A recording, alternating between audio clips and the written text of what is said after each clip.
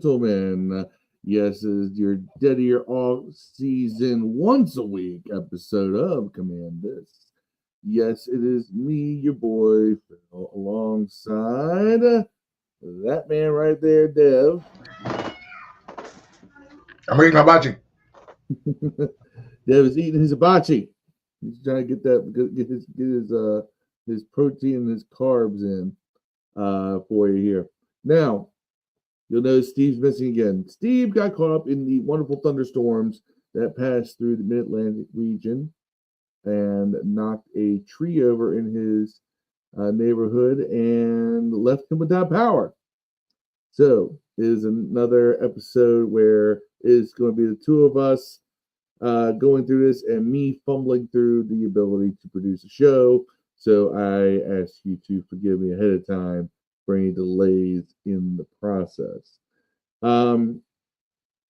Has not been the busiest news week as far as direct Commanders news, but there's a lot of football news and a couple of tidbits we will discuss today.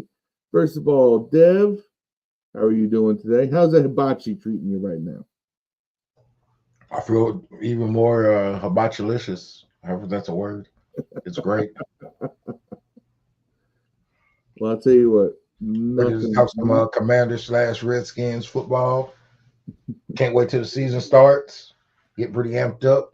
I know you haven't been you're not in the region, but the DC Defenders, of course, won the UFL championship. Blowout victory, actually. Yeah, I saw that. Yeah, so it's one of those things where, DC got a good football team and the Defenders, then the Commanders have gotten good, and now the Defenders said, oh, you're going to get good too? Okay, here we go. We're going to win our league's championship. You're up next. So it's, going to be one of those things where hopefully, what the Defenders do is a foreshadowing of what the Commanders will do moving forward. Kind of checking in on chat. Of course, yes, we are starting late. As usual, Deluxe says the countdown line. Point out we are on that CTP time as always, we call it. Deluxe says that he got caught in the thunderstorms today without an umbrella or raincoat. Finishing work was fun. I work from home, and I actually work about 2 hours from DC. I live 2 hours, about an hour 45, 2 hours from DC. And it hit here first, and I'll tell you, it would be a wave. Nasty storm comes through, beautiful. Nasty storm comes through, beautiful. And that's how it happened multiple times today. So we got hit pretty hard. Like I said, Steve got hit with a tree falling on his yard, and if we get to it, maybe I'll remember to show you all a picture of what that looked like. And one moment here as I continue to fumble through production. So first thing we're going to discuss 2024. Were the Commanders lucky or legit? This is a question posed by one only Rigo's Rag. And was shared earlier today, and I will pull that article up for you all.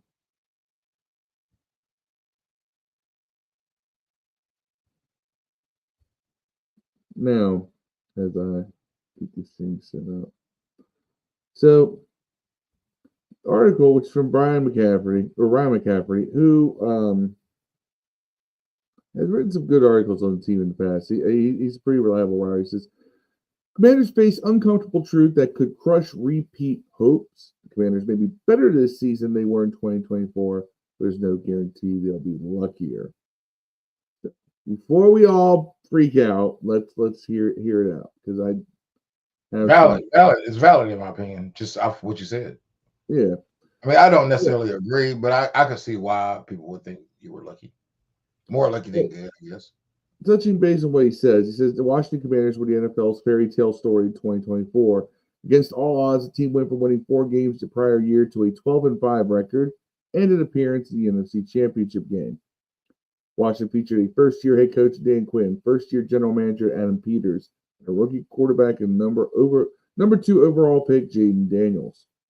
He put together one of the greatest freshman campaigns in league history, en route to winning NFL Offensive Rookie of the Year honors. That being said, the Commanders were also incredibly lucky. If they're to build upon their 2024 success, they're going to have to beware of the dreaded regression to the mean. Now, let's discuss this real quick. As I hide all this, I'll let it be for now. But I find this to be a bit of a it is something to consider.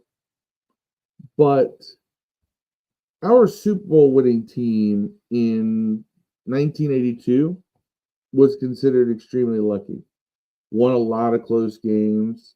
The only team that was considered to be a real team was Dallas, who they lost to in the regular season. Ended up beating them in the NFC Championship game, but they were considered to be a lucky team, at least going into the playoffs. And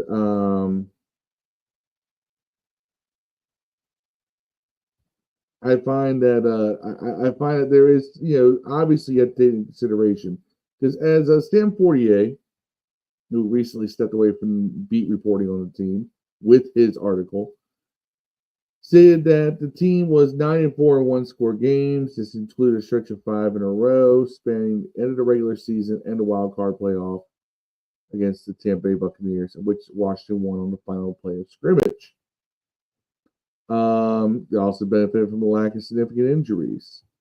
They were according to an advanced chart developed by NFL data scientist Tom Bliss, they were the luckiest team in the league by a wide margin on individual play-by-play basis.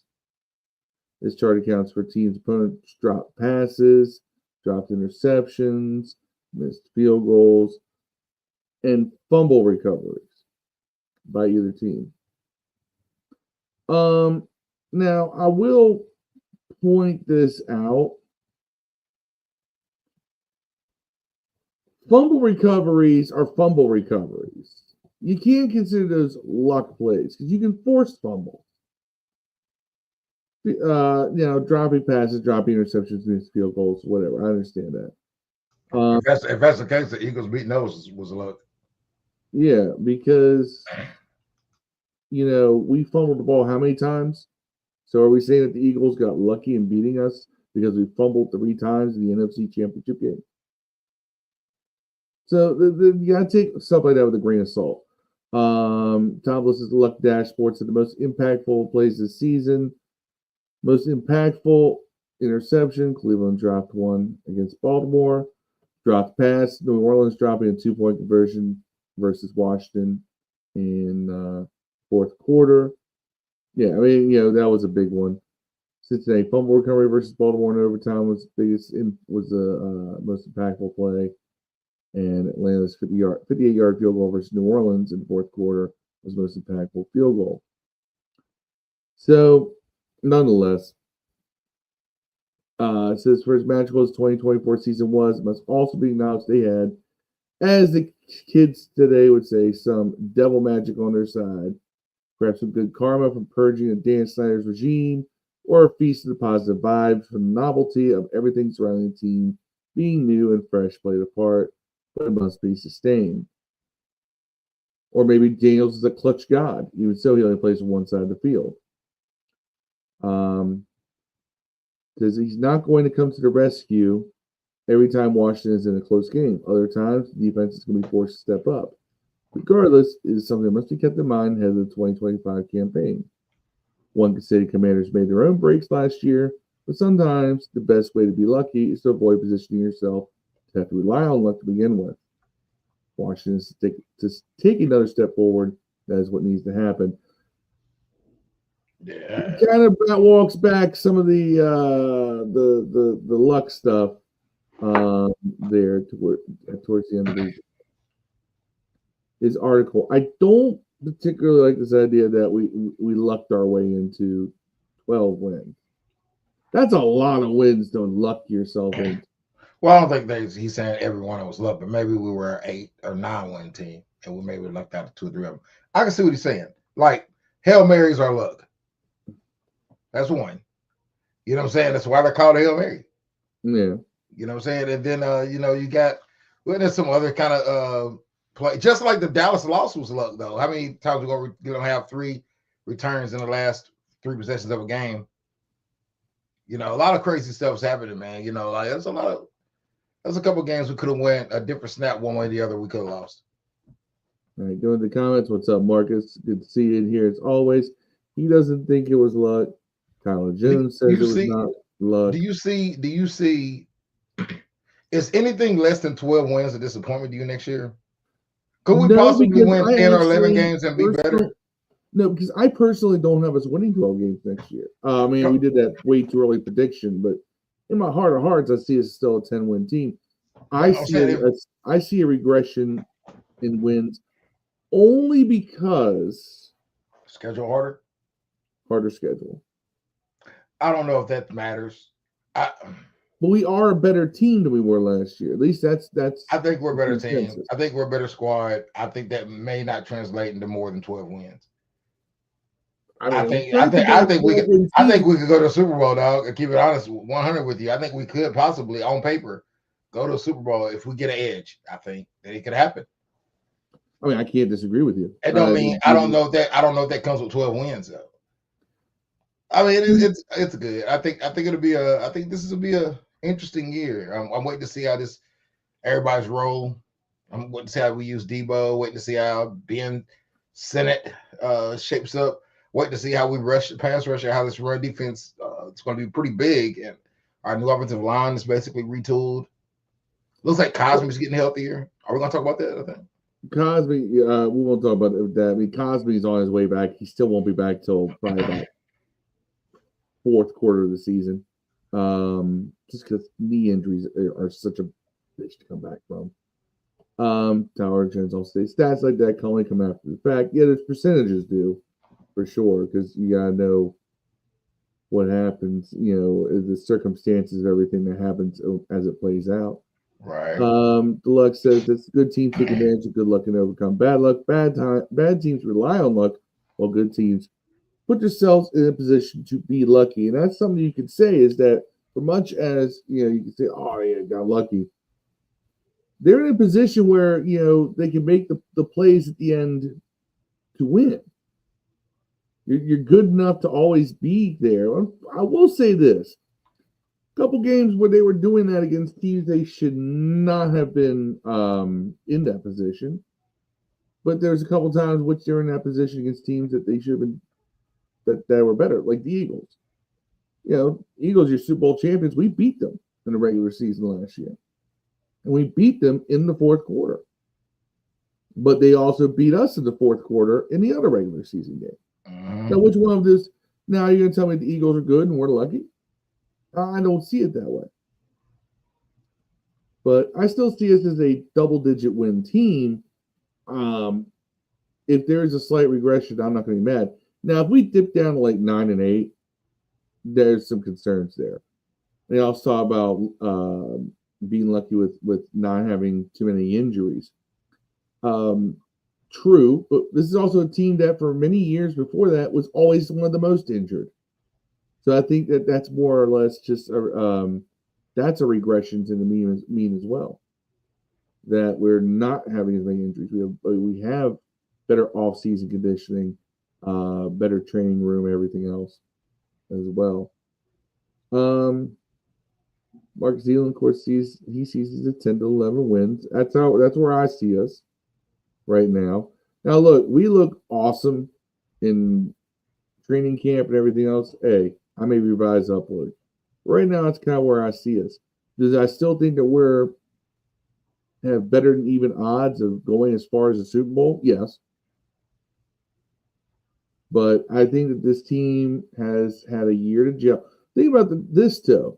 we did everything we did last year with a team that was mostly cobbled together in the offseason. We had one of the biggest roster turnovers in the history of football. A lot of guys in here for the first time coming from other places, and all those pieces fell into place. Is that luck? Or is that really good coaching and personnel decisions? A lot of ways you can take this one way or another. Dev, I feel like you agree with me on that one. I do. And Deluxe says that this team can be better this year with fewer wins than last year. 1 week at a time always tells a story. It's true. And they play a much more difficult schedule. You look at that schedule, it's like, But at the same time, you don't look at any of those games and say there's automatic L's all over the place. Because you can see this team hanging with a Kansas City. We've beaten Philadelphia. We beat the Lions in the postseason. We can hang with them. Minnesota was great last year, but they don't intimidate me as a team versus our team. And maybe I feel that way because of luck, but I can't say I agree with that. That's all luck. Well, I mean, you make your own breaks too. You put yourself in a position where the ball bounce your way, and you make that happen. But you were absolutely right.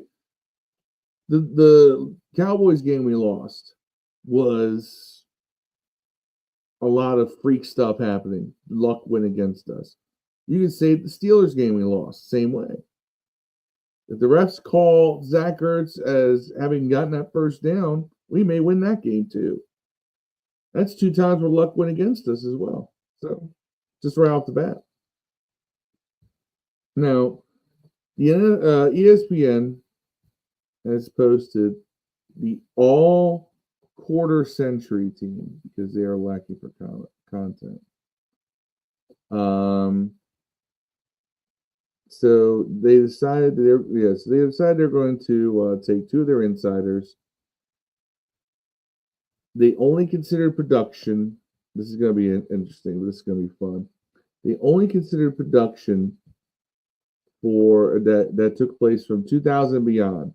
So if you were a great player in the 90s, you're eligible, but they don't consider any of your work in your 90s for this. It's the all 2000 to 2025 team. Let me pull that up for you all as well. This is going to be a fun little discussion here. As my screen completely went to hell here. Okay. Pulls up for you as best you can see. So, decisions were made mostly on statistical output, the DYAR metric, things like that. It's 25 offensive players, 23 defensive players, and 5 special teams players.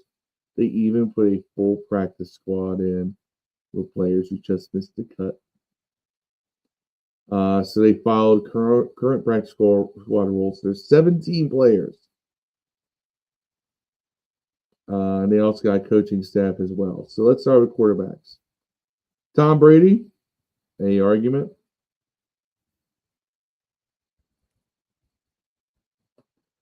I don't think anyone's going to argue that Tom Brady should be on this list.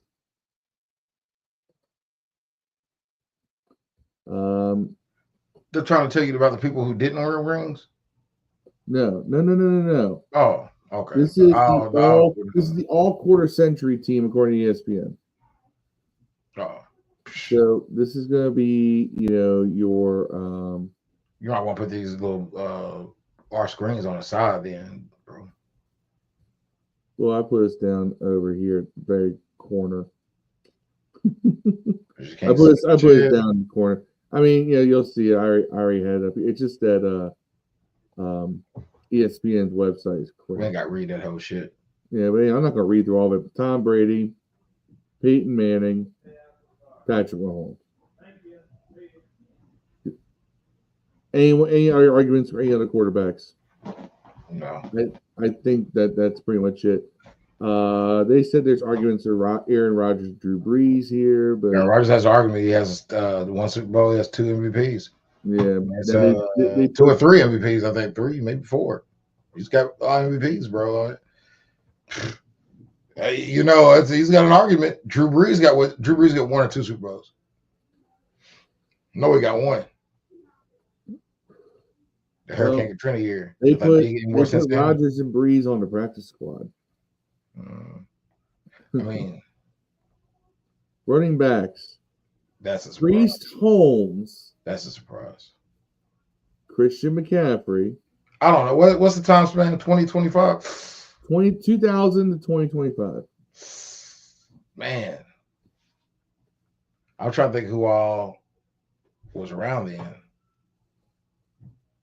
Well, he said this. Think about Priest Holmes when he hit first on the scene. He was on Baltimore's bench. He goes to Kansas City, and then becomes a star there. But that's like, could you say that about Clinton Portis? See, that's where I'm like, I think his years in Denver, and then he still was a very productive in Washington. Well, look at this way. Here's his resume since 2000. 9,256 all-purpose yards, 85 all-purpose touchdowns. Did win a Super Bowl with the Ravens in 2000. That's what does it. Offensive player was an offensive player of the year, 3-time All-Pro. But they state that there's a 3-year period from 01 to 03 at home. Chris Johnson down there? Well, let's find out. So they had 3 running backs here: Priest Holmes, Christian McCaffrey. I've seen the 3 running backs, but I mean, Derrick Henry's the 3rd. I see that one, but I'm just trying to figure out what's the guy who was at Baltimore before him that also ran for 2,000 yards? Jamal Lewis. Yeah, like I feel like he was better than Priest Holmes, man. I feel like it. Maybe I'm tripping. I know Priest Holmes was like a multi-yards kind of. He did a lot of everything. You know what I'm saying? But I'm like, man, Adrian Peterson, bro. Like, you know what I'm saying? LaDainian Tomlinson. I think maybe he was winding down by 2000. So we're only counting from 2020 to 25. So 25 years. LaDainian. I guess LaDainian was all in the 2000s. He was really no one. Yeah, like it seems like maybe Adrian Peterson and LaDainian. Tomlinson made the practice squad in this roster.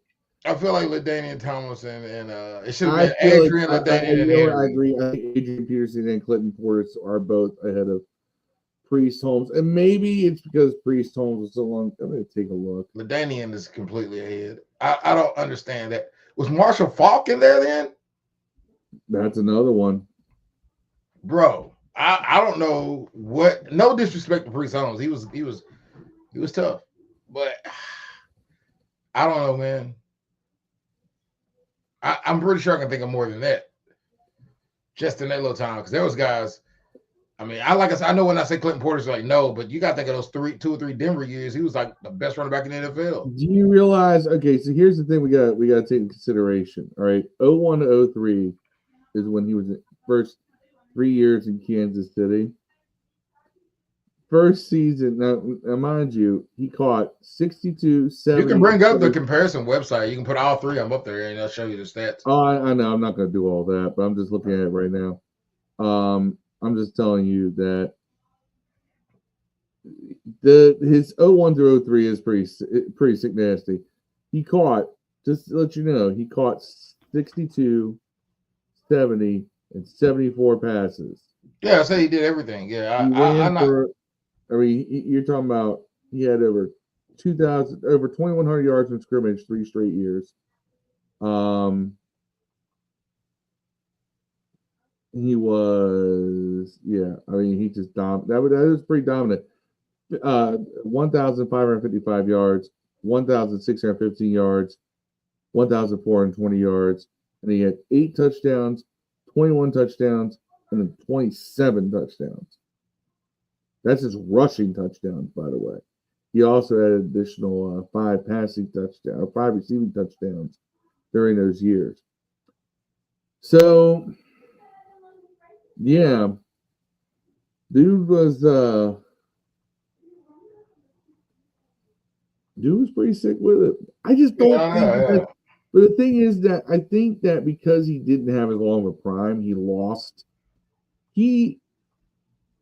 Didn't play at all. He played in 7 games, didn't record any stats in 97. He ran for over 1,000 yards in 98, but then 99, 2000, he's behind other guys. Well, 99, he was hurt. 2000, he's behind Jamal Lewis. So he lost 3 of his first 4 seasons, really, there, in my opinion. And then he blows up 3 years. Then he starts falling off. Misses 06 due to a spinal injury and just couldn't come back in 07. I don't know. I think Adrian Peterson between those years, he had like 14,918 yards, bro. No one's done that. Adrian Peterson should be in there. Latavius Tomlinson, obviously, Derrick Henry. Clinton Portis had like almost 10,000. He played half the time. Yeah. You know what I'm saying? Like all those guys, in my opinion, if you're going from 2000 to 2025, are better than Priest Holmes. At least for the totality of the time. Saquon has a good argument. He's only had like 2 good years. Saquon's had more good. I don't know about that. I mean, I'm talking about 2 like great, like super. Oh my god, years. He only had 2 of them. Yeah, that 1 year with the Giants. And then RB list is suspect. Mark Zealand says that Adrian Peterson was still on a football field. Too bad he's bad in boxing. Yeah, there's a video got caught in a fight in a card game. I saw that. Today actually. Ryan Lice is like, guys, what's popping? We're just talking right now. ESPN's all quarter century team. So LaDainian Tomlinson makes the practice squad. Adrian Peterson. Here's the thing. I think ESPN also didn't want to put Adrian Peterson up here because they don't like Adrian Peterson because of things like getting in fights at card games, whooping his kids publicly. You know, and those are things that they're just like, no. Fullback 1, Kyle Juszczyk from the Ravens and 49ers. I would argue that. 9 Pro Bowl selections. Wait a minute. You know one thing we forgot in that time? What? Frank Gore. He had 16,000. He had 16,000 yards. Emmitt Smith was still running the ball and not in 2000, by the way. Was not Emmitt Smith still in the league? Yeah, he was. I wouldn't consider his production was not strong enough in 2001. It was not. It was Priest Holmes beats him there. Just from 2000 on. You gotta ignore all the stuff he did before that. Yeah, Kyle Juszczyk. I really have a hard time picking anyone else. You know, Lorenzo Neal and Patrick Ricard are other people they talk about, but I think Juszczyk probably is the modern fullback right now. Although Patrick Ricard, he's younger. He has an opportunity to kind of continue to make a way for himself. Excuse me. Now, 6 wide receivers. First one's Randy Moss. We arguing Randy Moss being on this list? Yeah, for sure. Deluxe even brought up Curtis Martin. I guess, yeah, Curtis Martin with the Jets even enters that conversation. He enters it late, though. I don't know. He did. I think Larry Fitzgerald, Terrell Owens. Well, hold on. Moss, let's see what we got. Andre Randy Johnson, Moss, Steve Smith. There's a lot of guys, bro. Randy Johnson. Randy Johnson. Jesus. Randy Moss, Calvin Johnson. See, I got Andre Johnson over Calvin Johnson in that time span. Not that he was better. I'm not saying that Andre Johnson was better. Jones. I just think he's more productive. Another guy, super Darryl productive, couldn't catch touchdowns though. Terrell Owens definitely should have been higher. Well, they're not. This is just the 6. It's not in order. It's not in order. Yeah, it's not in order. Marvin Harrison. I agree with that. Justin Jefferson. I think Marvin Harrison is kind of I think his best years were before 2000. Marvin Harrison? Am I right? I feel like he was a before 2000 guy. He started with the Colts in 1996. Yeah, I feel like his resume. Hold on, though. His resume since 2000. So this was just from 2000 to 2008. Yeah. 10,439 receiving yards, 95 receiving touchdowns, 7 All-Pros. Yeah, but Steve Smith is 14,731 and 81 touchdowns. How many of those were after 2000, though? All of those. Steve Smith was, I thought he was drafted in the late 90s. Yeah. Nah, So his best year is and they 2005. said they chose Harrison for his spot over other options because he has stronger peak. Andre Johnson also 14,000. Randy Moss 15. Andre Johnson and Antonio Brown are on the practice squad here. Yeah. So you consider them at least considered. And then Justin Jefferson as well. It seems like Marvin Harrison's most contentious pick. They ain't got Larry Fitzgerald on there, bro. That's wild. No. That's wild. Yeah. He has more receiving yards than anybody in the history of the league since 2000. Larry Fitzgerald. Talking about right now, since 2000, no one has had more yards. Somebody knows that he was a freak as far as how long he played. But yeah, you are right. I consider that. I don't even get it. 9 1,000-yard seasons, 17 consecutive seasons with a touchdown. Yeah. I think Calvin Johnson, though, you can't, discount how good he was. And Julio Jones is very productive. No, he didn't get touchdowns. That's his only problem. Got a lot of yards, no touchdowns. A lot of yards, no touchdowns. But in comparison to the greats, he got a lot of touchdowns, but not in comparison to other guys on this list. And he had no Super Bowl. He did say this, though. If you match up every wideout's top 3 years since 2000 come together, Julio Jones has the most yards. Same with 5 and same with 7. Yeah. I know he got a bunch of yards, but I know he couldn't score touchdowns. But that guy could, though. Now Terrell Owens had 153 touchdowns. Had almost double the amount of receiving touchdowns than Julio Jones. Marvin Harrison with numbers respectable. Justin Jefferson represents the current generation that's up there. Antonio Brown, Andre Johnson. Okay, I can see all that. Tight ends. Rob Gronkowski, no argument. Travis Kelce, Tony Gonzalez, and Antonio Gates is on the practice squad. Be hard to. They're not in order, but it'd be hard to fight that list. I mean, what Tony Gonzalez, Travis Kelce, yeah, Jason Witten, yeah, 1,300. Antonio Gates. Antonio Gates is on the practice squad. All right, Rob Gronkowski. It's Gronkowski, Kelce, Gonzalez with Gates on the practice squad. I think Witten should probably be on there. Yeah. We have like 13,000 yards, shit. Yeah. I mean, all these guys 11 Pro Bowls when they mattered. Gonzalez at 13,000 yards. Kelce has 12,000 and he's still going. Yeah, then, I would take Witten. I would take Witten or Gates over Kelce, and I love Kelce, by the way. The only thing is that Gronkowski actually did not have as many receiving yards as the other ones, right? But they were at a quick out there. They were like a throw it out, get it out fast type of offense. He only played about 10 years too. They ran a bunch of screens too. Yeah, he only played about 10 years. Really, he did sit out 2 years. After with the he sat out 2019. It's really crazy to think about, but I think Rob Gronkowski is the greatest tight end ever played. And his stats don't stack up. At his peak, yes. Yeah, as far as a talent perspective, I guess. Yeah, and he could block. That's the thing everybody forgets. He can block. Left tackles: Joe Thomas of the Browns and Trent Williams. That's all they got. Practice squad. They had Walter Jones and Jordan Mailata. Now, why is ESPN crowding my shit here with all this? I thought Jonathan Ogden would be. I mean, I thought Jonathan Ogden. I thought it would be Trent though. I'm not gonna lie. I thought Jonathan Ogden, Orlando Pace maybe. Would make it. I hate ESPN's website.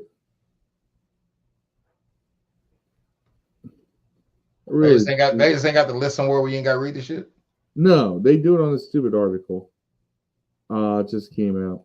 But anyway, I will say this.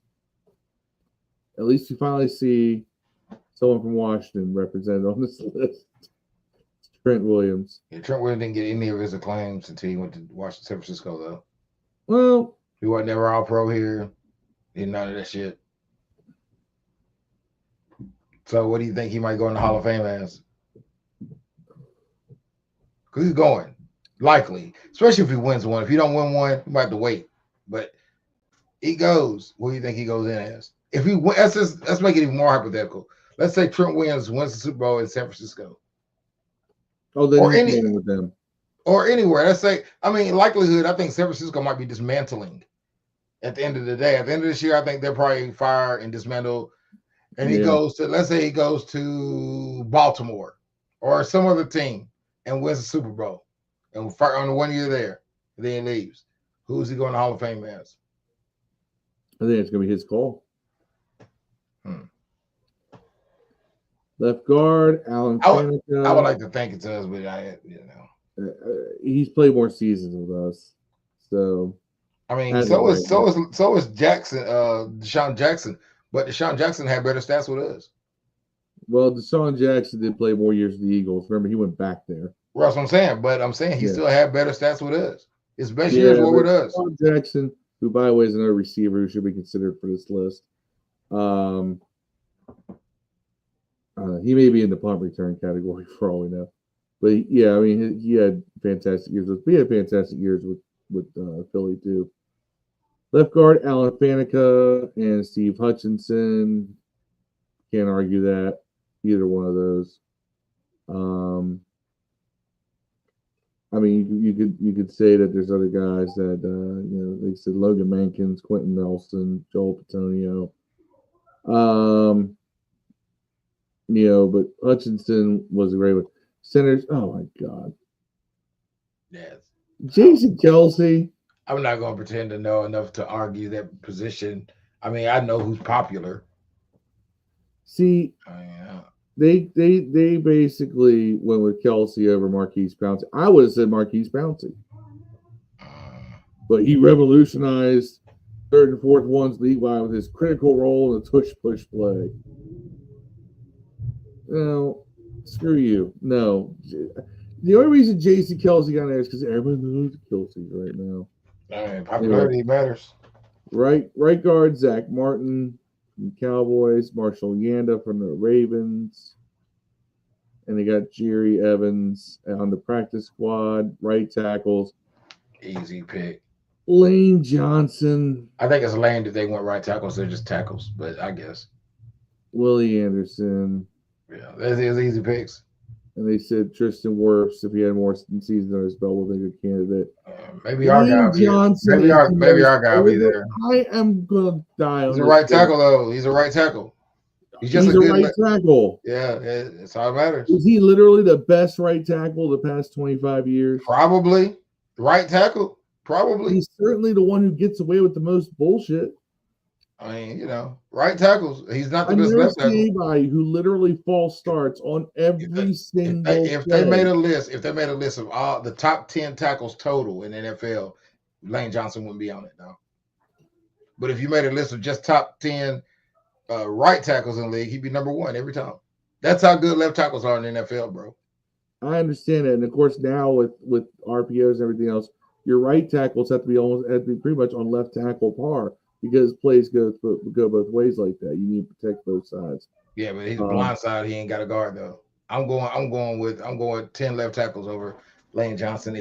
That's what I said. These lists they should just have tackles, guards, and centers, or tackles and tackles and out interior offensive linemen and tackles. Breaking them down to position is weird anyway. So how do you decide which corner is better when some guys are specifically slots, some guys travel, some guys stay on one side and play zone?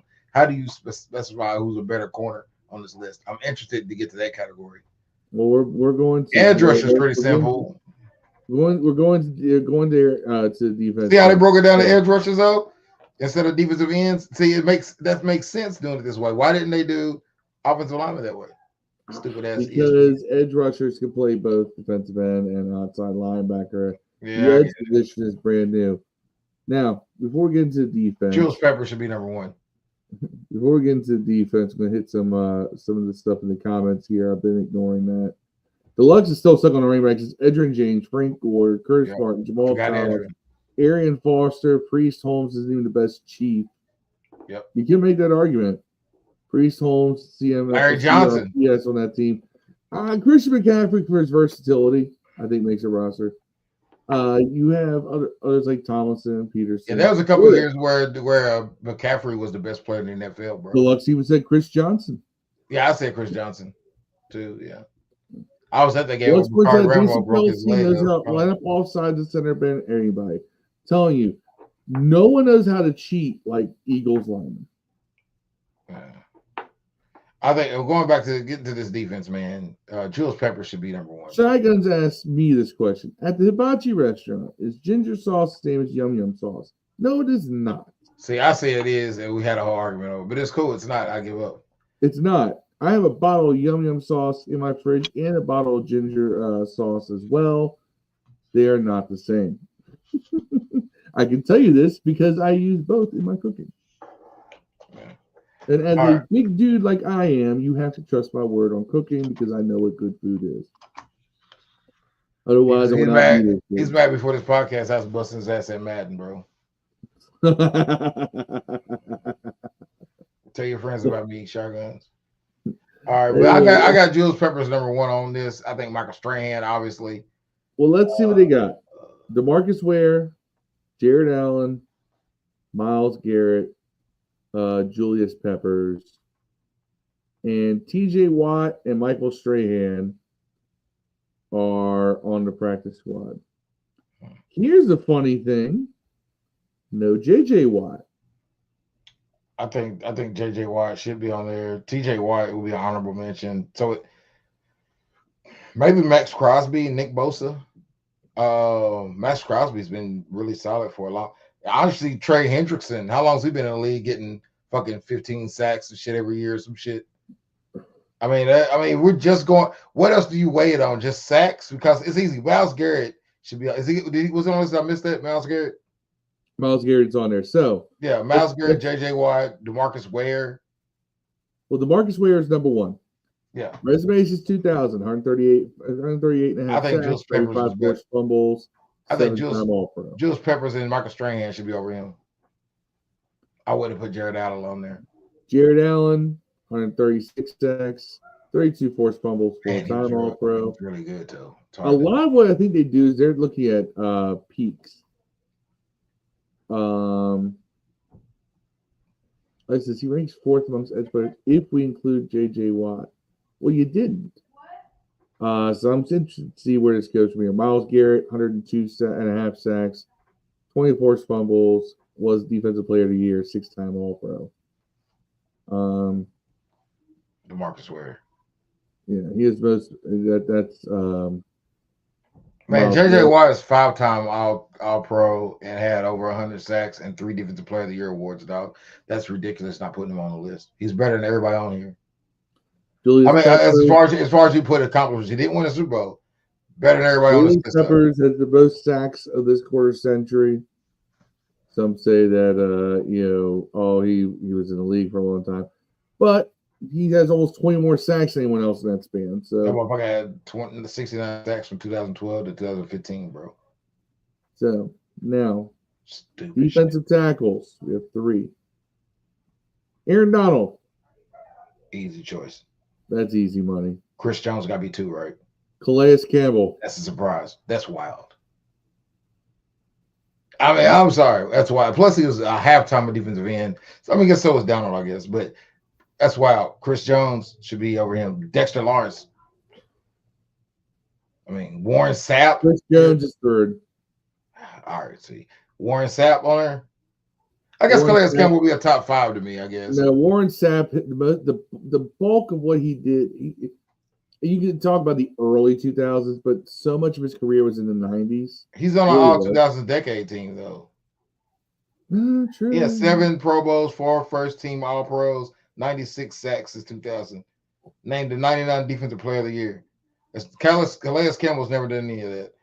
Calais Campbell is the first one-team All-Pro, 6-time Pro Bowler. The practice squad is Kevin Williams and Cameron Hayward. Yes, I mean Dexter Lawrence have. And they also brought in a nose tackle just to have one if you want to go with the 3-man front. Vince Wilfork. I feel like they did that just to put Wilfork on there just to have another Patriot. That's what I said. Dexter Lawrence had 30 sacks in 6 seasons, bro. Yeah. I mean, if you're gonna put Wilfork on there, he should be on there. Yeah, the only person who is close to that is going to be Casey Hampton from the Steelers. Versatile defensive lineman, J.J. Watt. Now we're just making up positions, ESPN. Come on now. Yeah, J.J. Watt, 3-time Defensive Player of the Year, 114.5 sacks, 27 points. Yeah, they just want to put everybody on the list at this point. Yeah, I mean, they didn't want to make tough choices. Ray Lewis would be one, yeah. Ray Lewis is linebacker. Bobby Wagner might be. Bobby Wagner might be 2. Let's try to guess him. Bobby Wagner might be 2, bro. Bobby Wagner might be in there since 2000. Bobby Wagner. I'm going Derek Brooks or Fred Warner on the next one, dog. Brian Urlacher. I didn't think of him. Levante David. Nah. Luke Kuechly. Okay, you gotta have Luke Kuechly. I guess. He was so good when he was there. I feel like Urlacher's most of his dirt came before 2000. Besides that, he had that 2005 season where he balled the fuck up. Urlacher was drafted in 2000. Was he really? Oh, yeah. I'm tripping in. All right, I guess, yeah. It's just hard to. Practice squad, Derek Brooks. Derek Brooks should have been on the actual list, bro. I know it's a tough one. 9 first time all time. 9 first team all pros, dog. Derek Brooks. 9 first team all pros. A championship and 11-time Pro Bowler. But Derek Brooks is another guy who played so well in the 90s that I think we forget how much of his career was in the 90s. Ray Lewis only had 7 by comparison, bro. By comparison. He was Derek Brooks had more everything than Ray Lewis. It's ridiculous. It's ridiculous to say that nigga's on anybody's practice squad. Derek Brooks might be a top 5 linebacker of all time, bro. So here's a couple of things here. Deluxe says, by the way, yum yum sauce and ginger sauce not the same. Deluxe says, Vince Wilfork, there he is. Had to eat shit for that all day. Marcus Elam says London Fletcher should be on there. Deluxe says, oh, London Fletcher drafted in 98. I agree. Yeah, London Fletcher is another guy that, the same stats as what's his name, Ray Lewis. It's almost identical besides the Defensive Player of the Year award. Yeah. Which Fletcher should have got one of those. But Champ Bailey needs to be number 1 on corners from 2000, bro. They chipping right now, though. And I love Darrell Revis. On corners, Darrell Revis. Champ Bailey should have been on that list. The whole concept of putting a receiver on an island began with Darrell Revis. Yeah, the whole Revis Island thing Champ Bailey. Was created by him. I'm going Champ Bailey. Champ Bailey's there? Yeah, he's 2. I would win 1. I would. Charles Woodson need to be on there too. Rondé Barber. Charles Woodson over Rondé Barber, bro. Chuck Woodson over Rondé, bro. Richard Sherman. Bring him back up. Go back up. I want to see what his stats are. I'm with it. 24 sacks, 13 forced fumbles, 43 interceptions, and 5-time All-Pro. Man, a lot of sacks for 65 career interceptions for Charles Woodson, 11 Pro Bowls, Defensive Player of the Year, and Super Bowl champion, dog. Played both ways. I'm going with Chuck Woodson over that nigga, dog. Sorry. Patrick Peterson was better than him. I was gonna say him. Not Sauce Gardner. And Jalen Ramsey's on the practice squad, so no Charles Woodson. They tripping right now, man. They tripping right now. Ed Reed. What are the odds Polamalu's next? What's the odds that Sean Taylor's on this list? None. Oh, there's Polamalu. Yeah, Harrison Smith probably in there. Brian Dawkins. Eric Weddle, Malcolm Jenkins. And Earl Thomas III. Oh, you knew they were going to glaze the Seahawks Legion of Boom. There's no Troy Polamalu? Yeah, he's on there. Polamalu was on there. Charles Woodson is on the practice safety. Bullshit. That's what I'm saying, man. Kickers, Justin Tucker. Hell yeah. Justin Fucker. Rubbin Tugger. Justin Tucker, Rubbin Tugger. Just Insider. Shane Leckler, punter. I really think. Yep. Don't say it. He can make Don't say it. case Don't for say it. West Way. Don't say it. The Don't thing say is it. that he did average 47.6 yards per punt 9 times All Pro. over 17 years. 9-time All Pro. Yeah. That's what does it right there. I want to. It's hard to do that. Return specialist Devin Hester. Can't argue that one. Although they had Cordero Patterson on the practice squad for that. And special teamer Matthew Slater of the Patriots. Don BB wasn't in 2000s? No, he was in 96. Yeah. 91, 92. Long snapper Morgan Cox from the Ravens. And the No cheese, man. I was kind of disappointed. Actually, you know who should be on it? Yeah. We all know Nate Sundberg. Here's the thing. One thing Washington's had is they went through a good line of long snappers from between Ethan Albright, old Big Red, and Nate Sundberg. Nate Sundberg, of course, did that. Now, coaching staff. Your head coach, Bill Belichick. Easy. Offensive coordinator, Kyle Shanahan. Defensive coordinator, Wade Phillips. We could have had all of them. Wade Phillips, we almost brought him as head coach one time. And then Dave Staub is special teams coordinator. That's what got what's the name fired? Gruden fired, bro. Not bringing in Wade Wilson. Oh, Wade Phillips. Yeah, Wade Phillips. Yeah. All right. Fuck's Wade Wilson. Wade Wilson was a quarterback for the Vikings. That's right. Time ago. Yeah. So that's that. Looking at some of these other comments here. Lux says, no, the island was started by primetime Deion Sanders. No. Using the term putting a receiver on an island began with Revis. Not the idea of a corner taking away half the field. Revis Island was just good marketing. Other corners were on island way before. Revis's peak was too short compared to Woodson. I'm not disagreeing with anything. I'm talking about the terminology, right? It's like if you're a rap fan, all right, Nas's Ether is not the greatest diss track in the history of rap music, but to ether someone is a terminology in battle rap. To get ethered comes from that song. As like I said, I'm impressed by your island comes from Revis Island. I'm impressed by your explanation of that. I'm not gonna lie. You tied that shit together pretty fucking good, dog. We need to postmark this time. Post it. I have no rebuttal to that, man. That's as plain and fucking simple as you can. Just reading Rainbow, ding ding ding ding ding. You know that's shit shooting off. The more you know. Dante Hall, by the way, at punt returner also deluxe. I was thinking that as well. I was trying to remember if he was before 20 or before 2000 though. It was Dante Hall was scared. Still the greatest shake move I've ever seen, where he jumped that dude and then jumped backwards. Yeah. That shit was the most ridiculous move I've ever seen anybody get put on him in a football uniform, man. He was the scariest dude I've ever seen with football in his hand, ever. Not other than Barry Lux says Sean Taylor instead of Earl Thomas. Yeah, I will go Sean Taylor over Earl Thomas for sure. For sure, man. I just don't think we got enough. If we're just basing it on talent. You think Earl Thomas had a better 5 years than Sean Taylor? Sean Taylor didn't have 5 years. He didn't have 5 years. Who did he have? 3? 4. Yeah, 4. 3.5, really. Yeah. If you want to be honest. 3.5. I mean, they got guys on this list. I mean, Priest Holmes is basically on there for 3.5 fucking years. Yeah. Playing. I mean, I don't. So is McCaffrey, to be honest. True. That Priest Holmes pick. I mean, McCaffrey I can understand because he's done so much.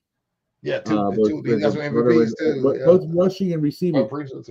Priest Holmes, like the more we start just naming off running backs, it's like, yeah, I don't get it. Yeah, I mean, Sean Alexander. We totally forgot about Sean Alexander. He set the touchdown. Kentucky boy. So, Mark Zealand says Nas did ate up Jay-Z on the album. At the time, it felt that way. If you go back and listen now, though, I still think Jay-Z won. And Jay-Z had the better verse, but Nas had an entire song. Yeah, But I really, he think just that called whole Jay-Z. He just called Jay-Z gay for 3 verses. If you really look, man, it was he like did this. it creatively, but that's really what he It was the equivalent of like Jones and somebody in high school. Like you just like, hey, look at you, your head's so big, look at your shoes. That's what Nas did, and he did it, to somebody that everybody thought was untouchable to joke on. You know what I'm saying? So it was like he Well, did it it's on also the bully. it was somebody a lot of people in rap wanted to take down a peg. Yeah, and nobody had the guts to do it. But that's what made Ether. It was like a perfect storm of emotions. Whereas, man, the takeover, it basically was telling you at the time the truth. And then he had the one on a blueprint where your little brother Garden is jumping at me. Or their OE price. Yeah, hey man, it was 2 weeks ago. That's a pretty rough. Yeah, that's a pretty rough rough combination to put on somebody. And then he outsold him. You know what I'm saying? So Jay-Z's always been outsold Nas. Always.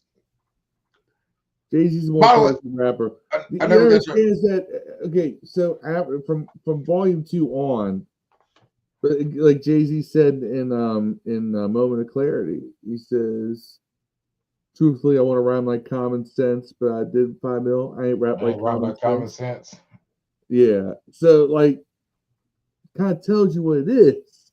He started selling records. He kind of took it down a notch. But Deluxe says CMC did a lot, but not as much compared to others down the list. RB Group is the worst on the scene by far. Yeah, there's so many arguments. As much as the run game had disappeared in the late 2010s, early 2020s, still a lot of great running backs in the 20th century. Gotta consider. Asia Peterson should have been one. Now, moving on. Yeah, by the way, did you see Adrian Peterson getting a fist fight and lose, basically? We talked about that in the comments. Oh, Mark Steelan brought up he got in a card fight. That's surprising because that little white dude was piecing his ass up, man. Hey, look, that's good. And he probably still gonna get sued and lose money he ain't got either. That's what's crazy. You can be tough, but when you're with someone who can throw hands better than you. Hey. You see that picture? It's like he was backing up on he had Adrian. You ever see a picture? You ever see a meme? There's a meme that goes around. It's a picture of Triple G. It's kind of like in just like a button-down T-shirt, looking like an average dude. And it's like it's hard to explain to non-fight fans how this dude could beat up this other dude, and they'll just put some big, muscular, strong dude there. It's like that's because Triple G can hit people. He knows how. But it is what it is. Most fighters aren't the biggest or strongest, like or in terms of just like pure physique. For instance, Ngannou may be an example of that not being the case. But look at Tyson Fury. Tyson Fury's a big dude, but he ain't entering any bodybuilding competition. Oh yeah, he looks sloppy. He just hits people. He's really that's the difference between fighting and boxing, though. Yeah. Boxing, Tyson Fury will beat your ass up. In a fight, maybe not. Well, if you got something to swing at him. No, you just throw him on the ground. You gotta learn how to block in one punch. Choke him out. You can do a lot of shit to fight you can't do in a boxing match. You ain't gotta get spaces. You can hug a nigga and slam him. You can do all kind of shit. There's guys out there that use your weight against you, bro. 6'9" and there's guys out there that beat your ass, man. We saw Adrian Peterson get beat up by a dude that looked like he couldn't do it.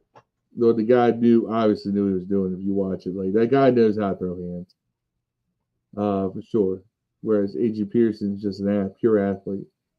Yeah. Moving on. If he had got hands on that dude, he probably did some damage to that kid. Dog. It looked like A.J. Pearson was wanting to grab him. If he grabbed him, man, he did that. Yeah.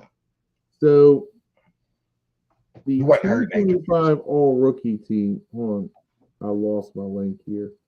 Damn it! Oh please.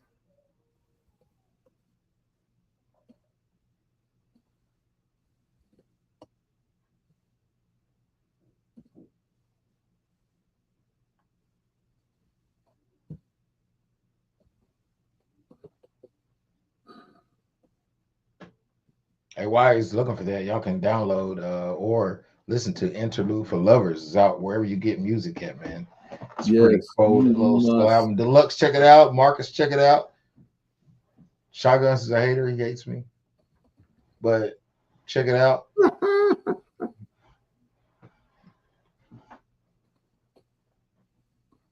So, the 2025. I ain't watching no finals. All-rookie team. So, this was the NFL projecting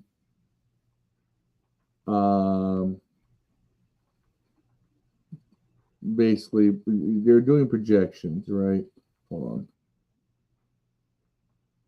Oh, snap. We're alone. Phil got turned off. And he's coming back. I'm coming, I'm here. That was embarrassing. That's what she said. That's what she said. All right. So I almost got to see the Dev show. It's the Dev show starring him. He's Dev. All right. This is a projection, I guess. What time is supposed to check out? Okay, hold on. So we're going to talk about the NFL All-Rookie team for 2025. This is a projected All-Rookie team, obviously. So we'll start with the offensive players as well. There's a lot going on here. Arch Manning on there. I know. Calm down with that talk. So let's start with the 11 instant impact newcomers on offense. Right. Offense, quarterback, Cam Ward. So for Shedeur Sanders fans, no.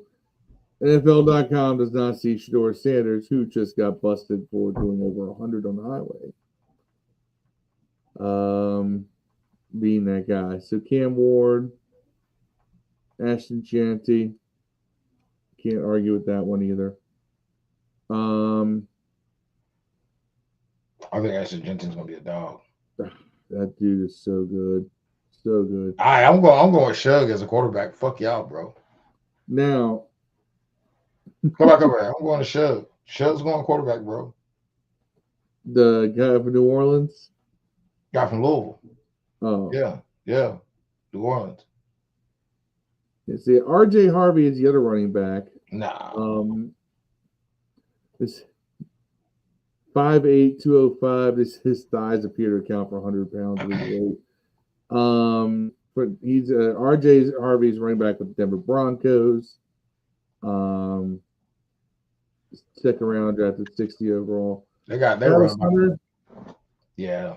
I think he's gonna get a lot of different types of touches. Kyle Williams, the other wide receiver. Yeah, Brock Bowers probably.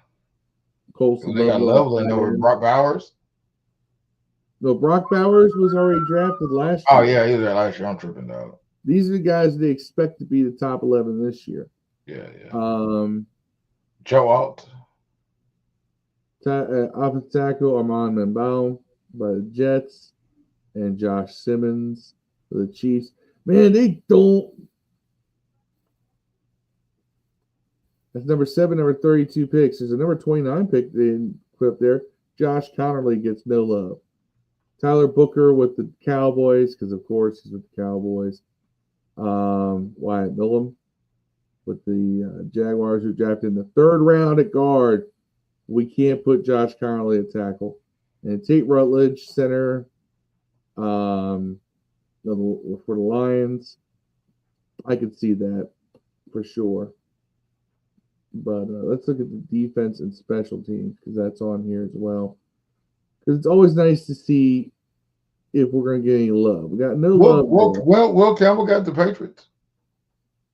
Will Campbell? He wasn't on the list? No, he's not on the list. Well, is Travis Hunter also going to be in the conversation for defensive? Copyright it. Don't care about what Brian Baldinger says about that. So, talking defense, edge, Abdul Carter. I mean, come on, this is. I think Ezra will be second. That's the safest. That's a safe one right there. Yep. Donovan Ezraku of the Cowboys. It'll be Mason Graham at tackle. who we were looking at ourselves as a potential should have drafted draft pick. Mason Graham of the Browns. I was right 3. I got 3. John Campbell. Nope, I didn't get this right. I didn't want 2 Derek tackles. Harmon from they got drafted by the Steelers. They went 2 tackles. There's your defensive tackles. Linebackers. Carson Schwessinger. That was always I said he could have drafted. I thought it'd be John Campbell. Demetrius Knight and Will Trey Amos might be in there. Will Johnson. They ain't put another cornerback there. The corner, Trey Amos, right there. They ain't made it. I got Ronaldo Green over the other guy. So, got Johnny Barron and nickel. Malachi Starks at safety. Got Max Wires. Xavier Watts at safety. So no Teddy Roy McMillan. This is your boy right here, Andres Borregales. Let's say Borregales from Miami. The kicker. Hey, we might have one on there at right tackle if they want to bring it into categories. That's what I said, but they didn't give it to him. Of course not. Punter Jeremy Crawshaw. Nah, bro. They fucking up there. I'm going. What's the name over here? Lane, right there. Return. Lane will be on their return. They got Shamari DK of. I'm going Lane or Travis Hunter. Really feel like they should have gone Lane or Travis Hunter. Dylan Lane. Travis Hunter. If Travis Hunter returns, they already plan on playing him. Travis Hunter's already spotted to play. Nah, they've been practicing in corner on TV. They've been showing him knocking down passes and shit. Yeah. So they really gonna put him? Have him be a 3-way player? He's gonna play everywhere, dog. Ain't gonna play. He might not be full time at the other positions, but he's going full time receiver and he's gonna spot play him everywhere else. Which is what I do. So, he definitely on punt returns. Marcus Zeeland says the Pacers are putting on the Thunder. I haven't watched one playoff game since the Knicks got taken out. Fuck and he loves your song on Facebook. Thank you, bro. Everybody else should love it too. In fact, go save it on all your playlists. Download it if you can afford to. It's on Spotify, Tidal, Apple Music, Amazon Music. Okay. Deluxe was asking a serious question when he was asking what you're supposed to check out. Yes, check out Dev's music. If you like the beats and everything else we do here, you'll love the music that he does. He makes music. I would say this. Dev is versatile with his music because he makes music that for all different sorts of occasions. Yeah, these are mostly smooth stuff on this one's smooth stuff. Dev's made stuff that goes hard in the gym. Dev's made stuff that goes hard in your car. And he's making stuff that goes hard in your bedroom. Go hard in your whiz. Like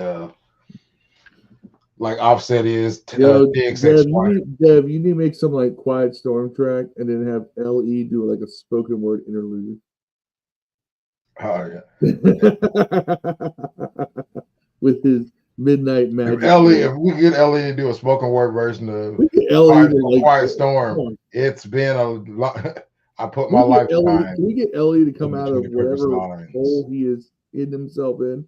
I don't see him on Twitter. I don't see him nowhere. I'm gonna hit him up. He'll be like, I put a lifetime in between these Pepper's lines. I'm the Quiet Storm nigga who fight rhyme. P, you heard of him? No, I ain't concerned with them. Hey, that's a hard one. Rest in peace, Prodigy, bro. Mark Zealand says Jay Lane's going to surprise everyone, not because he's commander, just because he's a commander. His speed and playmaker is going to shock a lot of teams. I hope so. I feel like that he's that there is a little bit. I feel like that he's. How do I say this? At least at Virginia Tech, he had very limited roles that he ran and played as far as his versatility at wide receiver. You know, he only ran a couple different routes. Being a slot guy and everything else. But I'm hoping that his athleticism, and if he's coachable, that you can expand that and utilize that more than he was utilized in college. That's my hope, at least. So, moving on. Hey, look at my lights. I had to rip down and come order new lights. Oh, no, man. See, it looks terrible. It does. I ripped them down because I had to get new lights. This side stayed on. I'm gonna rip those off next. I just didn't have time. The other ones didn't. Oh, that sucks. I'm gonna rip those off next. I got some the gel ones, the ones that just like the tubes instead of those stickers. Yeah. That's my paint up, you see. So I have to repaint fucking wall. But other than that, I'm laid off the last 2 weeks of the month, so I don't have time. My kids got the strip like you got there across. Damn, lung aids. Yeah. What? Lung I aids. obviously said COVID. You said strip. Yeah, no, it's a strip. But anyway, all right, so we're gonna go through some training camp dates real quick because those have been updated. Oh yeah, by the way, rest in peace, Jonathan Thompson, man. Me and Jonathan Thompson played football in high school together, man. He was a load to big guy, man. A big gentle giant. Definitely will be missed. Awesome guy, great character. Overall, he'll be missed and loved, man. Rest in peace, Jonathan Thompson, man. For shizzle. All right, so we have our report dates here. We have dates that rookies report and veterans report right here. Washington, of course, down at the bottom. Rookies report early to Washington at the Ortho Virginia Training Center at Commanders Park. July 18th, 1 month away from rookies reporting. Football's almost back, people. July 22nd is when veterans report. But is McLaurin back? On the mixed. I'm sure we'll have that figured out soon enough. On the next. Now, as the world. Washington will be visiting New England for joint practices. First session will be on August 6th. So that's that joint practice that will be taking place. Also, Baltimore will be coming to Washington on August 21st for joint practices as well. So we will be getting a chance to play, do some joint practices, scrimmaging and such with the Patriots and the Ravens in August. Like I said, August 6th, we'll go to New England. August 21st, the Ravens come here. We went to the Ravens, which is really just a drive up the road, but still. Ain't that far. So, those are some dates to keep an eye on. And joint practices always seem to stir up something of interest as well. You always see guys come up. Like last year we found out that Mark Andrews is a baby back bitch. But we'll be on Hard Knocks this season. Terry's contract. But no new news. Moving on. And we'll be on Hard Knocks news in season. Where is? You forget that part. Which part? We'll be on Hard Knocks. The NFC East will be, yes. Where is? I'm trying to find. Hopefully we'll avoid that. We'll avoid that embarrassing. We'll avoid that very embarrassing Giants mode where he couldn't sleep at night thinking of Saquon Barkley in another uniform. It ain't happened. All right, so I don't have another banner for this, but I'm gonna go ahead and put this one up. I'm gonna share this as well. It's regarding the new stadium. Better be a dome. DC council members say stadium approval is likely. They already approved it. They need more time. Well, the proposal was approved, but they need the right to ask permission got approved. Now they got to ask permission. So the mayor approved it, but it's got to go to council. The mayor wants the council to approve the Commanders deal next month, but the members say they need more time on a deal that involves more than $1 billion in taxpayer funds. There's the decaying RFK Stadium as it sits right now.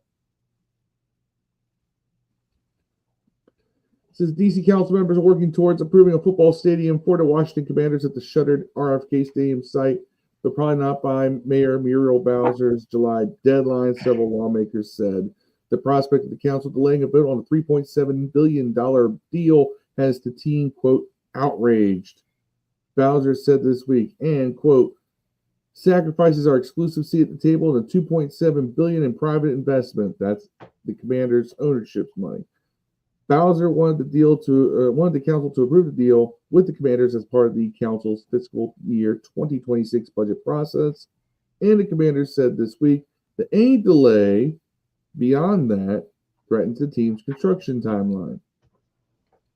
But council members argued it was only fair they take more time to consider a deal that involves more than $1 billion in taxpayer funds, especially since they still lack key information, such as a full explanation of the Bowser administration's revenue projections for the project and an analysis of how much the proposed tax exemptions for the Commanders will cost the city. The mayor thinks that her deal is perfect, and that's great for her, said Councilmember Christina Henderson, who's an at-large council member. I feel there are areas we can certainly improve. Well, if you don't have all the details, how do you know there's areas that can be improved? Anyway, the timeline tensions came into view on Tuesday after NBC Washington reported on a closed council meeting where members discussed the possibility of voting on the terms of the RFK deal separately from the overall budget, which lawmakers are expected to approve in late July. The council would still approve the capital funding Bowser has allocated for development with the budget, two lawmakers said this week. The discussion of RFK was one part of a broader talk about separating some of Bowser's policy proposals from the council's budget vote, according to a person who was in the meeting, but spoke on the condition of anonymity because they were not authorized to discuss it. Bowser's budget proposal included a host of changes to D.C. law, including a repeal of the city's sanctuary city policy and amendments to eviction law. No final decision was made on RFK, the person said. Councilmember Zachary Parker of Ward 5 said members talked about keeping the money for RFK deal in the budget while taking out the policy language around the deal so they could possibly amend it. The deal will get done, Parker said in a video he posted on social media, which he described the meeting. We will safeguard the money and vote on a project sometime this fall. So voting on the deal. So basically saying that we'll make sure the money's there, but we got to read it. That's a long ass article. It is. It's the Washington Post. We don't even know if it's real. They got hacked. Here's the last part matters. Everything else is talking about what they're going to do. But it says, but voting on the deal in the fall would violate a deadline that Bowser negotiated with the Commanders. The term sheet between the two parties set July 15th as a deadline for a council vote, and says the team would no longer exclusively negotiate with the city if the council did not vote on a deal by then, or if the council, quote, materially changes the deal's terms. And Bowser said in an interview Friday that if council voted to approve the capital funds, that would mean little without them also approving the terms. The team can't take that to the bank, she said. So that's what it is. Basically, they're trying to say we'll approve the money now and we'll get into the details later. Whereas Bowser and the team are like, no, this needs to be done now.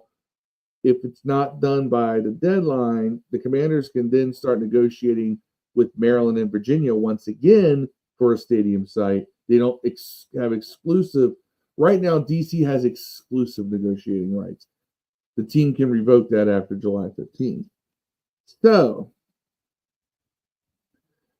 what does this all mean? Nothing, because I still believe that in the end, it's coming back to D.C. I'm not going to go into all the particulars, rest of that article, but I think what this means is that this is just more wrangling over particulars. I don't think the team's going to go this far and then pull away from the negotiating table at the very last minute, unless city council really botches this, which I don't think they will. They're just trying to separate the budget stuff from the other terms, conditions of the deal. They don't want to put too much on their plate at once. Fair enough. That is something they should act fast on. The idea of waiting until the fall to do it does delay construction by several months at that point. So that's where we are with the stadium, guys. Y'all can build it here in Kentucky. The Kentucky Redskins. I'll let you have that name here. So now Dev wanted to bring something up. Let me bring this on here. 1 second.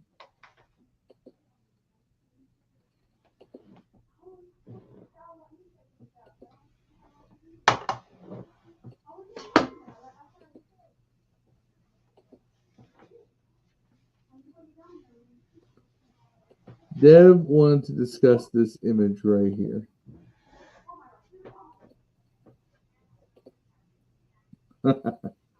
Dev, how about it?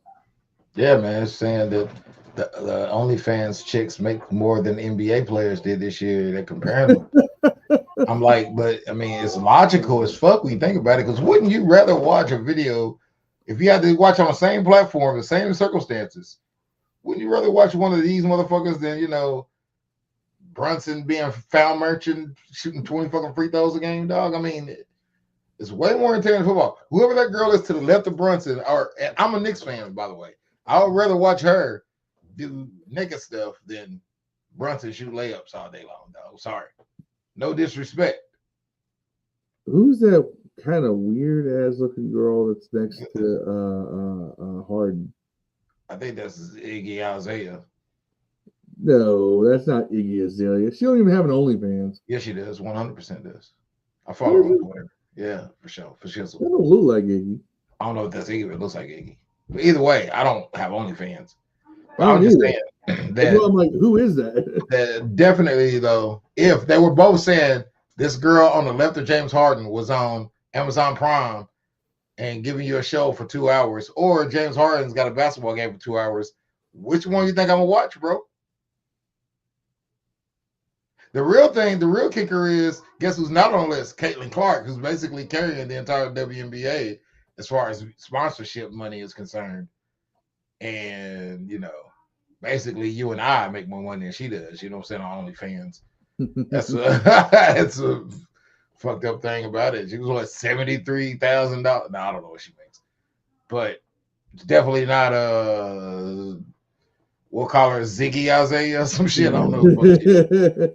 All I know is that the chick up top, I know that's Sophie Rain. That's only because I saw an article where she said she made 40. No, Phil, you don't have to explain why you know bitches' names, dog. I mean, it's okay. You don't have to explain to these. I don't have an OnlyFans account though. These I know that one because I saw the artical today. No, you knew Sophie Rain because you have watched her pornos, man. Don't sit here and lie to us, bro.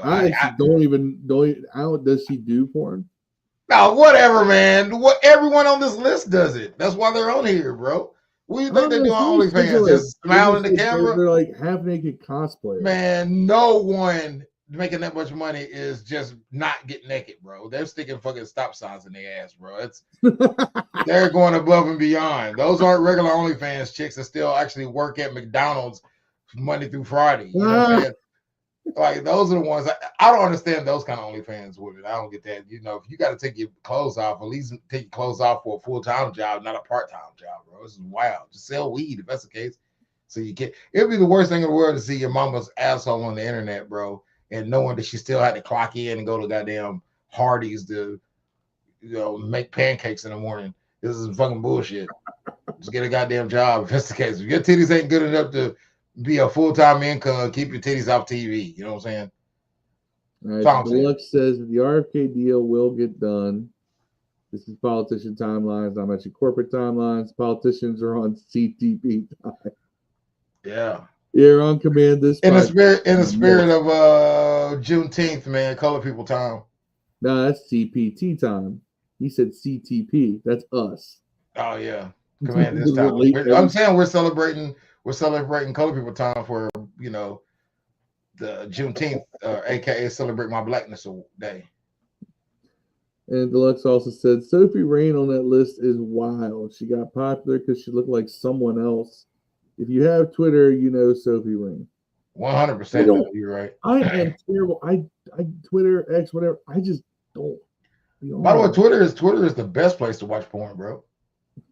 It's a crazy thing, man. It's insane. You can type anything you want in that search box, bro. It's there. If you want to look at like pregnant midgets, you know what I'm saying? You can do that, Phil. I know it's your thing. I wasn't trying to kink shame you or nothing, you know. I like my midgets unpregnant. Yeah. That's pregnant little people, I wouldn't say. Derogatory.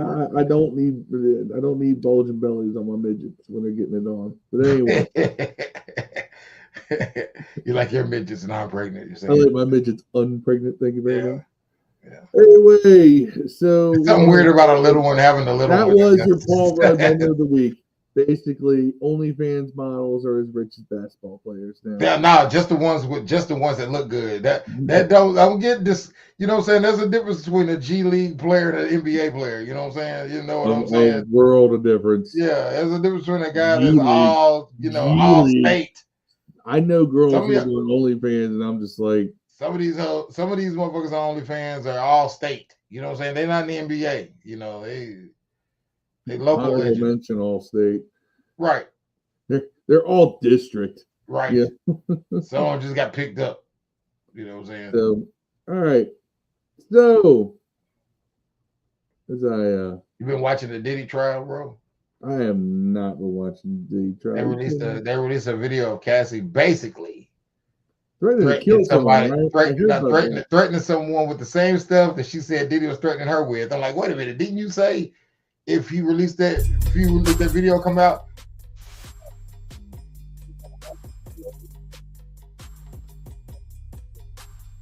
Look, since she was the girl whose video was on X over and over again for about a year, it was annoying. What video? I don't know. Man, I ain't gonna lie. I don't remember. I don't remember the video. I know who it is. After you said her name, I realized I'd seen her face before, but I really don't. I don't type. Is she the chick that puts on like the Spider-Man outfits? No, that's not her. That's the TikTok famous girl. Okay. But, I don't know. I don't think she got too naked anyway. The one Spider-Woman girls. I don't think she got. I think that's like what she did is just that stuff. See, I don't. But she probably making there too. Well, I think she's the one that be on those shows where they just basically make fun of women. But I think she quit and found God. The Spider-Man chick, I think she found Jesus and all this shit, man. Like, oh, she was on like that whatever podcast where they basically point out that women have really stupid expectations. Yeah. Yeah. Seen that. That's one of those podcasts that sometimes I go, and sometimes I'm like, this is all fringy shit. Hey, by the way, I seen like when I saw that thing on I saw that picture on Twitter, and one of the comments was the WNBA deserves to get paid equal to. I seen like, I guess you know how they always have to say, oh, these people make this, but Caitlin Clark only makes this. I'm like, well, the NBA made literally $10 billion plus in revenue last year. The WNBA made $200 million. That's why NBA players get paid a lot more. So let's also point this out. The WNBA had their best year ever. It made $200 million. And versus the NBA, who's down in revenue. The NBA is down in revenue. Made $10 billion. 40 million? $10 billion. There's a number on this one. 10 billion plus. I watched it. I looked it up. The NBA made $10 billion plus last year. The WNBA made $200 million in revenue. I looked it up. Oh Lord. I'm watching Caitlin Clark now. Yeah. I don't know who that was in the braids on GSV or Golden State, whatever. But she just did a hell of a crossover. The WNBA. $200 million, I told you. No, $200 million was in 2023, $710 million in 2024. Estimates are $1 billion in 2025. They still receive $200 million annually from the NBA for the next 11 years starting this year. Right. So realistically, 20% of the NBA money is 20% of their or 20. They get 20% of their revenue is from the NBA. The subsidy. Ooh, Caitlin out here yo-yoing them. Juice. Good block. Deluxe says that the three girls who keep getting out dancing and the Spider Girl video. Okay. Says Spy Girl. Okay, it is Sophie. Was one of the ones. I was like, I've heard this name a million times, and like a lot of it's like, oh, she's posting content for kids, but she's really doing. She's doing kids characters, yeah. Yeah, but she's really doing porn. I'm like, huh? So okay, all right. now I'm putting all my random stuff I see on social media together because I just don't care that much. I'm telling you though, right now, if those OnlyFans, the only thing I pay attention to when it comes to social media stuff, like realistically, is like just total drama slap content, and that's because it's why I want to turn my brain off. I don't pay attention to OnlyFans girls, nothing like that. Like, if all 4 or 5 of them OnlyFans girls they show on that list got a WNBA team, I would probably watch more of that though. How about that? How about we put the OnlyFans girls on the basketball court, dog? Talking. Then you talking. You know what I'm saying? There's like, you don't need to know how to do the box in one. You just need to have one box. Right. Yeah. Someone do the box in 1,000. So I'm playing that motherfucker real matchup defense, big dog. You know what I'm saying? The inside-outside game. You know what I'm saying? Yeah. You know how to give and go. Yeah, they just going. They ain't giving. They giving and going. All right. So I'm gonna wrap this up. Deb, you got anything special coming up this weekend? Listen to my EP, Interlude for Lovers. It's smooth. It's light. Still some hard bars in there. I'm gonna drop bars next month, or probably August. But definitely check out Interlude for Lovers. If not for the production value, I made the beats, wrote the songs, performed them. So it's pretty cool. With all people.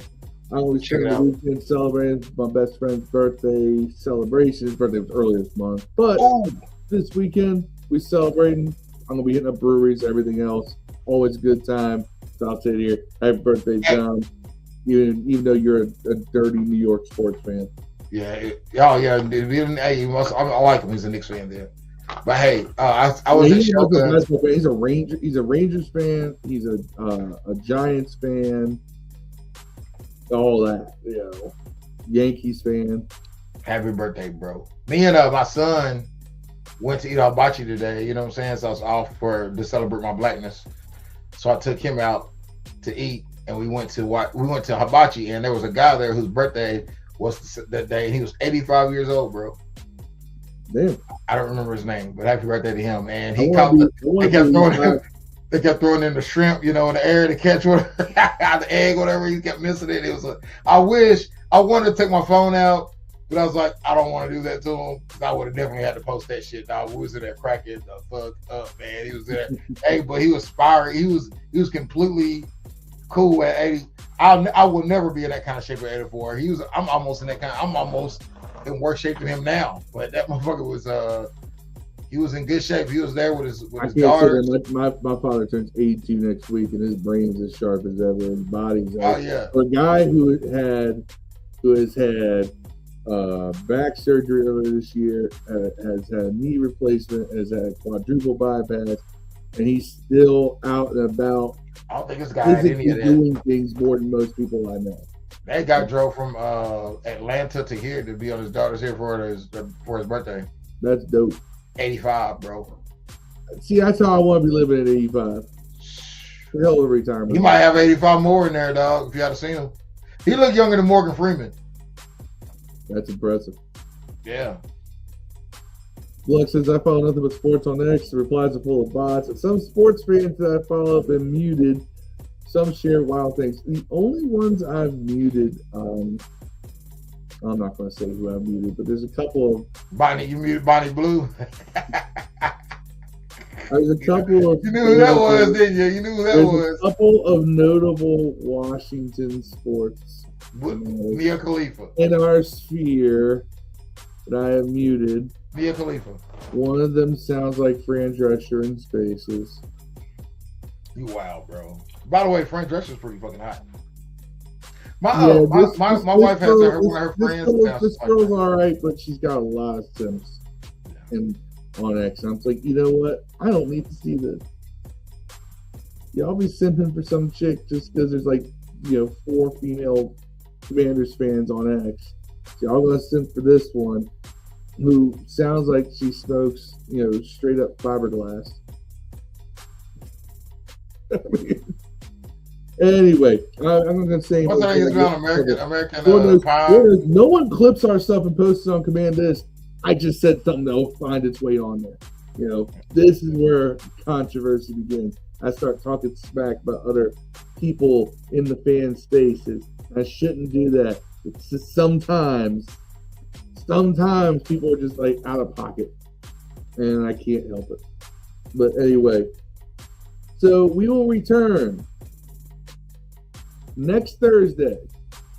We're going to be doing one a days until training camp starts because let's face it, we need a little bit of a vacation too. But if anything comes up in the meantime, any major breaking news, hey, we'll do a pod. But we will, if nothing else happens, we will see you all next Thursday.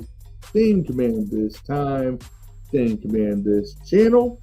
And until then, as we always say, peace. Yeah.